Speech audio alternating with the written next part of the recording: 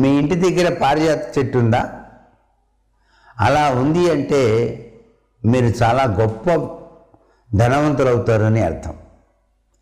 ఎలాగో తెలుసా?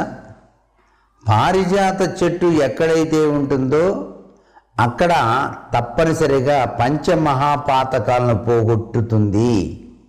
పంచమహాపాతకాలు పోగొట్టే చెట్టే పారిజాతం. పారిజాత పూలు చెట్టు నుంచి కోయకూడదండి. ఆ చెట్టు బ్రహ్మదేవుడి నుంచి వరం పొందిందిట.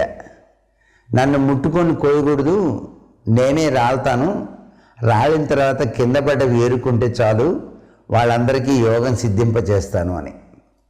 పారిజాతం పువ్వులతో గనక విష్ణుమూర్తిని పూజ చేస్తే మహదైశ్వర్యం వస్తుందని కదా శాస్త్రం.